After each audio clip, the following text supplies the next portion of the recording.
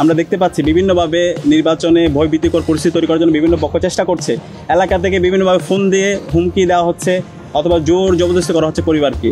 বিশ্ববিদ্যালয়ের গবেষণায় সবচেয়ে বাজে অবস্থা, সে গবেষণা বাজেট বাড়ানো, আমাদের যে লাইব্রেরি অবস্থা, আমাদের অনেকগুলো লাইব্রেরি আছে, সেন্ট্রাল লাইব্রেরি, ই লাইব্রেরি খুবই জীর্ণ অবস্থায়, ই লাইব্রেরি দীর্ঘদিন ধরে বন্ধ অবস্থায় আছে। এই বিশ্ববিদ্যালয়ের মূল কাজ থেকে আজকে আমরা অনেক দূরে সরে গেছি। বিশ্ববিদ্যালয়ের এত বেশি আমরা পলিটিসাইজ করে ফেলেছি, পলিটিক্স ছাড়া আমরা আর কোনো কিছু ভাবতে পারি না। প্রচারণা শুরু হওয়ার পর থেকে আমরা সকল প্রার্থীরা একই বাসে বসে, একই গাড়িতে বসে আমরা বিভিন্ন মিডিয়া হাউসে গেছি টকশো করতে। এটা বাংলাদেশের ইতিহাসে কখনো হয় নাই। আমরা একসাথে বসে টকশো করেছি, আমরা পলিসি ডিবেট করেছি, ডায়ালগ করেছি, শিক্ষার্থীদের ব্যাপারে আমাদের যে ভাবনা, আমাদের যে চিন্তা, সেগুলো আমরা শেয়ার করেছি। আবার একসাথে বসে আমরা খাওয়া দাওয়া করেছি, দুপুরের লাঞ্চ করেছি, রাতে ডিনার করেছি। এই যে হচ্ছে বৈচিত্র্যের মধ্যে ঐক্য, সবাই যে একসাথে কাজ করা, সবাই বাংলাদেশকে ধারণ করা, শিক্ষার্থীদের আকাঙ্ক্ষার কথাগুলো বলা, শহীদদের আকাঙ্ক্ষার কথাগুলো বলা, সেই অনন্য নজিরে ডাকসু নির্বাচনের মাধ্যমে আমরা দেখতে পেয়েছি। একই সাথে আমরা যখন আমাদের প্রচারণা শুরু করেছি আনুষ্ঠানিকভাবে, আমরা চেষ্টা করেছি সকল প্রত্যেকটা হলে হলে যাওয়ার জন্য, শিক্ষার্থীদের কাছে গিয়ে তাদের প্রত্যাশা, তাদের আকাঙ্ক্ষার কথা শোনার জন্য। আমরা শিক্ষার্থীদের উচ্ছ্বাস দেখতে পেয়েছি। মনে হচ্ছিল শিক্ষার্থীরা এই ধরনের একটা এনভায়রনমেন্টের জন্য তারা বসেছিল। বিগত সময়ে আপনারা জানেন ঢাকা বিশ্ববিদ্যালয় সহ বাংলাদেশের সকল ক্যাম্পাস ছাত্রলীগের সন্ত্রাসীরা একটা ক্যান্টনমেন্ট তৈরি করে রেখেছিল। গণরম গ্যাসরুম কালচারের মাধ্যমে শিক্ষার্থীদেরকে দাসের মতো করে ব্যবহার করেছিল। শিক্ষার্থীদের তাদের কোনো ব্যক্তিগত অপিনিয়ন ছিল না, কেউ মতামত দিতে পারে নাই। শিক্ষার্থীদের সম্ভাবনাগুলোকে ধ্বংস করে দেওয়া হয়েছিল। কিন্তু এই ডাকসু নির্বাচনে যখন আমরা শিক্ষার্থীদের কাছে যাচ্ছিলাম, আমরা যখন তাদের আকাঙ্ক্ষা, তাদের প্রত্যাশাগুলো শুনছিলাম, একটা উৎসবমুখর পরিবেশ। এবং শিক্ষার্থীরা আমরা যখন যাচ্ছিলাম, আপনারা জানেন ডাকসু নির্বাচনে আমরা যারা প্রার্থী আছি, আমরা কোনো আপ্যায়ন করাইতে পারবো না, এক কাপ চাও খাওয়াইতে পারবো না। কিন্তু আমরা দেখতে পেয়েছি আমাদের যারা শিক্ষার্থী ভাই এবং বোনেরা আছে, তাদের প্রতিযোগিতা, তারা আমাদেরকে কী খাওয়াবে। কোনো রুমে গেলে চা খাওয়াচ্ছে, কেউ কফি খাওয়াচ্ছে আমাদেরকে, কেউ আমাদেরকে মুড়ি খাওয়াচ্ছে, যার কাছে যাই আছে, কেউ বিস্কিট খাওয়াচ্ছে, কেউ চকলেট দিচ্ছে, কেউ খেজুর দিচ্ছে।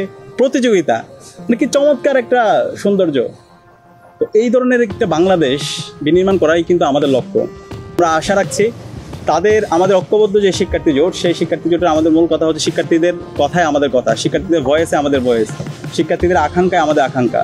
সুতরাং তাদের যখনই যা তাদের পরামর্শ হিসাবে থাকবে আমাদের প্রতি, তারা আমাদেরকে পরামর্শ দিলে আমরা আমাদের জায়গা থেকে তাদের যে আকাঙ্ক্ষা, তাদের যে প্রত্যাশা, সেটা আমাদের এজেন্ডাভুক্ত করব।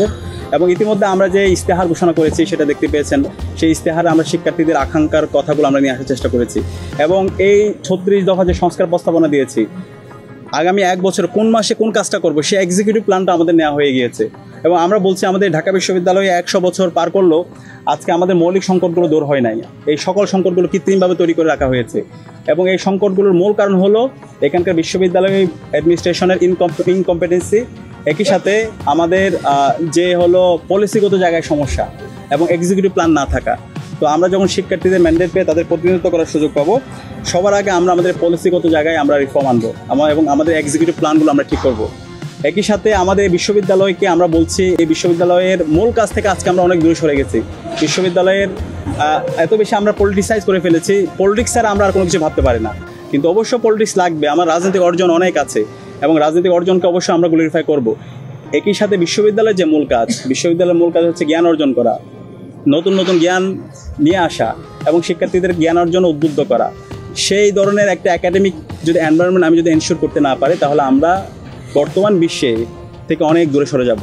সুতরাং বিশ্বের সাথে যদি আমি তাল মিলতে চাই, সারা বিশ্বে যদি আমরা নেতৃত্ব দিতে চাই, অবশ্যই আমাদেরকে একাডেমিক্যালি অনেক বেশি সাউন্ড হতে হবে এবং আমাদের ঢাকা বিশ্ববিদ্যালয়কে একটা পূর্ণাঙ্গ একাডেমিক ইনস্টিটিউট হিসেবে গড়ে তুলতে হবে। এবং সেই একাডেমিক ইনস্টিটিউট হিসেবে গড়ে তোলার জন্য আমরা ইতিমধ্যে আমাদের প্রস্তাবনা দিয়েছি। আমরা বলেছি আমাদের এখানকার শিক্ষক যে নিয়োগ প্রক্রিয়া আছে, সেই নিয়োগ প্রক্রিয়াটাকে পরিবর্তন করতে হবে, এখানে মেরিটোরিয়াসের ভিত্তিতে নিয়োগ হতে হবে। এবং শিক্ষকদের যে প্রমোশন, সেই প্রমোশনটা অবশ্যই আমাদের শিক্ষকদের একাডেমিক এক্সেলেন্সির মাধ্যমে, তাদের গবেষণার ভিত্তিতে সেটা প্রমোশনগুলো হইতে হবে। এবং একই সাথে শিক্ষার্থীদের যে হচ্ছে মূল্যায়ন, আমাদের এই বিশ্ববিদ্যালয়ে আমরা শিক্ষকদেরকে মূল্যায়ন করতে পারি না। আমরা বলছি আমাদের এই যে হচ্ছে আমরা শিক্ষার্থীদের ম্যান্ডেট পেয়ে যখন তাদের প্রতিনিধিত্ব করার সুযোগ পাবো, আমরা শিক্ষক মূল্যায়ন পদ্ধতি চালু করব, যেখানে শিক্ষকদের আমরা মূল্যায়ন করতে পারবো এবং এই মূল্যায়নের মাধ্যমে শিক্ষকদের প্রমোশনে এটা একটা গুরুত্বপূর্ণ উপাদান হিসাবে কাজ করবে।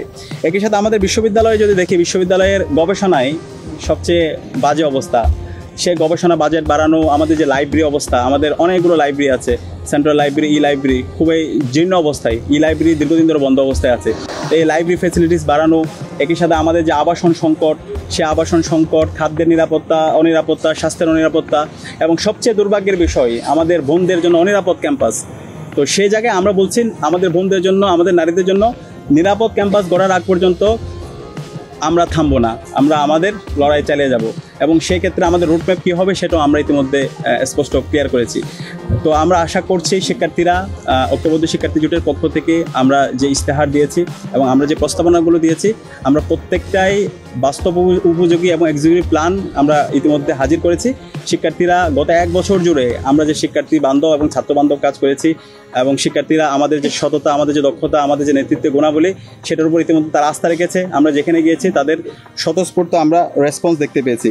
আমরা বলছি আমরা বাংলাদেশে জুলাই বিপ্লব পরবর্তী নতুন ছাত্র রাজনীতি বিনির্মাণ করতে চাই, এবং ছাত্র রাজনীতি হবে মার্কেট প্লেস অফ আইডিয়া।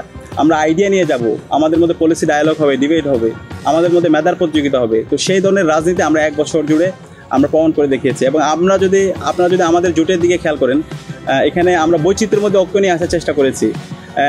আমি যদি বলি, আমার পাশে যে আছে এস এম ফরহাদ, সে এস এম ফরহাদ একই সাথে একজন বাংলাদেশের ভালো বিতার্কিক, একই সাথে তার ডিপার্টমেন্টে ভালো পজিশন আছে, ক্যাম্পাসে দীর্ঘদিন ধরে অ্যাক্টিভিজমের সাথে জড়িত আছে। মহিউদ্দিনের কথা যদি বলি, আমাদের এজিএস প্রার্থী, সে একই সাথে তার অনার্স এবং মাস্টার্সে দুটোতে ফার্স্ট হয়েছে, একই সাথে দীর্ঘদিন ধরে ক্যাম্পাসে অ্যাক্টিভিজমের সাথে জড়িত আছে। তো আমরা বলছি আমাদের রাজনীতি এবং আমাদের একাডেমিয়া দুইটার মধ্যে ব্যালেন্স করতে হবে। এই দুইটার মধ্যে ব্যালেন্স কিন্তু আমাদের যারা প্রার্থীরা আছে তারা ইতিমধ্যে তারা প্রমাণ করেছে। তো সেই ধরনের যদি আমরা প্রত্যেকে বিশ্ববিদ্যালয়ের শিক্ষার্থীরা আমাদের এই পড়াশোনা এবং আমাদের রাজনীতি অ্যাক্টিভিজম দুইটার মধ্যে ব্যালেন্স করতে পারি, তাহলে আমাদের যে স্বপ্নের ক্যাম্পাস সেটা আমরা বিনির্মাণ করতে পারবো। তো আমাদের যে স্লোগান, সেই স্লোগানটা হচ্ছে এরকম: স্বপ্নের ক্যাম্পাস গড়ার পথযাত্রী, আমরা থামবো না। যে স্বপ্ন নিয়ে আমরা একজন ফার্স্ট ইয়ার শিক্ষার্থী ঢাকা বিশ্ববিদ্যালয়ে ভর্তি হই, বিশ্ববিদ্যালয়ে ভর্তি হওয়ার সময় আমাদের স্বপ্ন থাকে আমরা এখানে চমৎকার একাডেমিক এনভায়রনমেন্ট পাবো, আমাদের ক্লাসের মধ্যে আমাদের শিক্ষকরা হবে সিনিয়র স্কলার, আমরা হবে জুনিয়র স্কলার, আমাদের লাইব্রেরি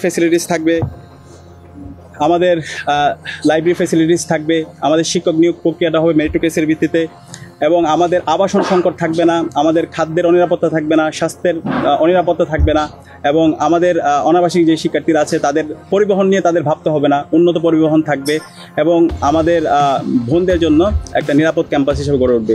তো সেই ধরনের একটি স্বপ্নের ক্যাম্পাস বিনির্মাণ না হওয়ার আগ পর্যন্ত আমরা থামবো না, আমরা আমাদের লড়াই চালিয়ে যাবো ইনশাআল্লাহ। আমি ঢাকা বিশ্ববিদ্যালয়ের সকল শিক্ষার্থী ভাই বোনদেরকে অনুরোধ করব, আসন্ন ডাকসু নির্বাচনে আমরা দেখতে পাচ্ছি বিভিন্নভাবে নির্বাচনে ভয়ভীতিকর পরিস্থিতি তৈরি করার জন্য বিভিন্ন পক্ষ চেষ্টা করছে। এলাকা থেকে বিভিন্নভাবে ফোন দিয়ে হুমকি দেওয়া হচ্ছে অথবা জোর জবরদস্তি করা হচ্ছে পরিবারকে।